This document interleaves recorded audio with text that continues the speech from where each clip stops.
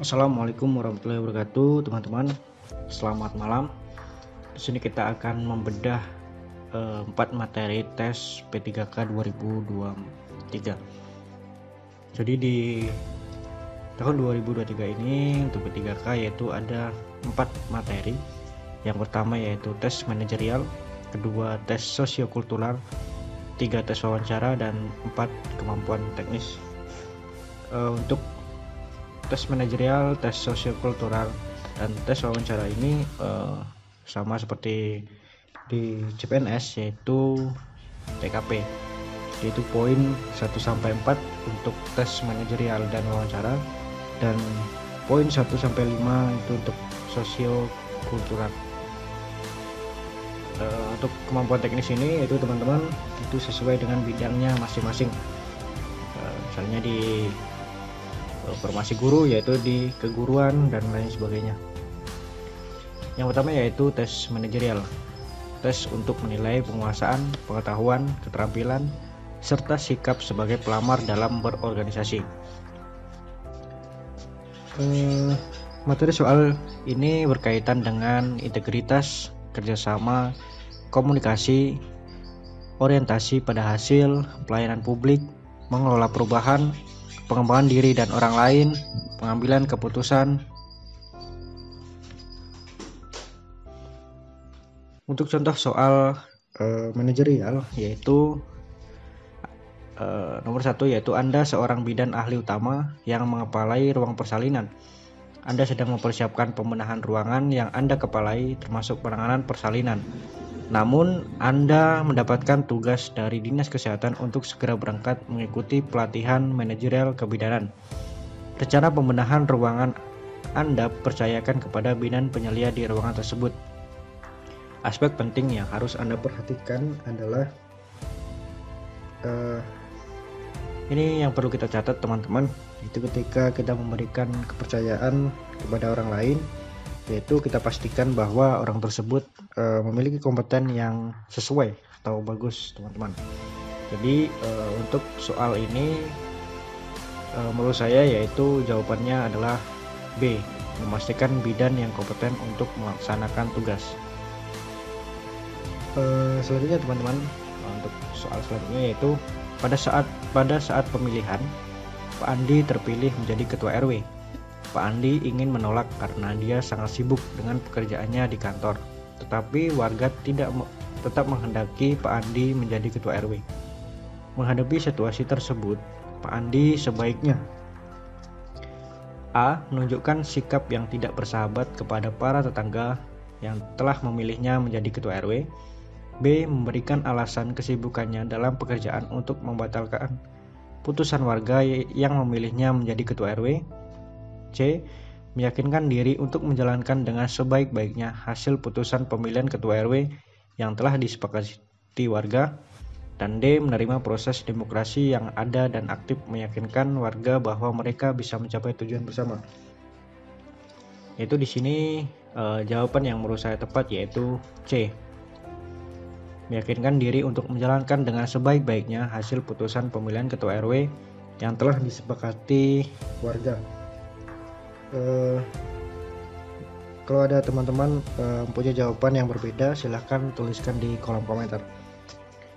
Yang kedua yaitu tes sosiokultural, yaitu tes untuk menilai penguasaan pengetahuan, keterampilan, serta sikap sebagai pelamar dalam hal kepekaan terhadap perbedaan budaya, kemampuan berinteraksi sosial, kepekaan terhadap konflik, dan empati. Untuk contoh soalnya teman-teman, salah seorang tetangga Anda diketahui sedang terkena musibah. Ketua RW mengumpan hal-hal tersebut dan meminta agar warga mau bersama-sama membantunya.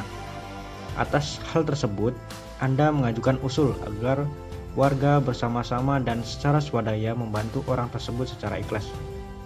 Jadi kata kunci di dalam tes sosiokultural ini teman-teman, yaitu kita tidak menjawab ragu-ragu, karena ragu-ragu ini yaitu mencirikan orang yang tidak memiliki integritas. Maka untuk C ini kita coret dan tidak kita pilih. kita cari kata kunci yang lain teman-teman.